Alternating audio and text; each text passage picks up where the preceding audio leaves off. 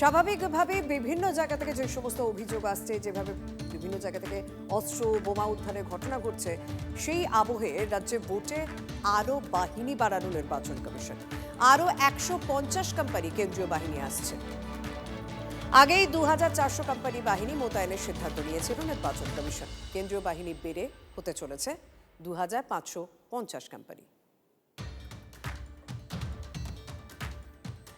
ইউএনওর বাহিনী আসলেও কিছু যায় আসে না।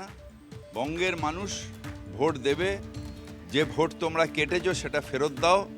বঙ্গের মানুষ, তুমি প্রমাণ করতে পারো না কোনো বাংলাদেশি লজিক্যাল ডিসক্রিমিনেন্সির নামে মানুষের উপর অত্যাচার করেছো, মানুষকে হত্যা করেছো। যে মানুষদের এখন অনিশ্চয়তার মধ্যে নিয়েছো তার ভোট ফেরত দাও। তোমাদের গালে কিভাবে মানুষ থাপ্পড় মারবে সেটা মানুষই জানে। এতদিন ধরে পশ্চিমবাংলায় যে ধরনের হিংসা চলে এসছে, রাজনীতিকে কেন্দ্র করে ভয়ের পরিবেশ তৈরি করা, আর যারা করে প্রথম সেই সব লোকগুলোকে ব্লক করতে হবে, অ্যারেস্ট করতে হবে। প্রত্যেকবার আমরা এই প্রশ্ন তুলি, সেজন্য ওই সব যারা গুন্ডা বদমাশ মাফিয়া আছে, যারা টাকা এদিক ওদিক করে, হাতিয়ার এদিক ওদিক করে, লোককে ভয় দেখায়, সেগুলোকে অ্যারেস্ট করে আগে জেলে ভরতে হবে। তা নাহলে যতই বাহিনী আসুক হবে না।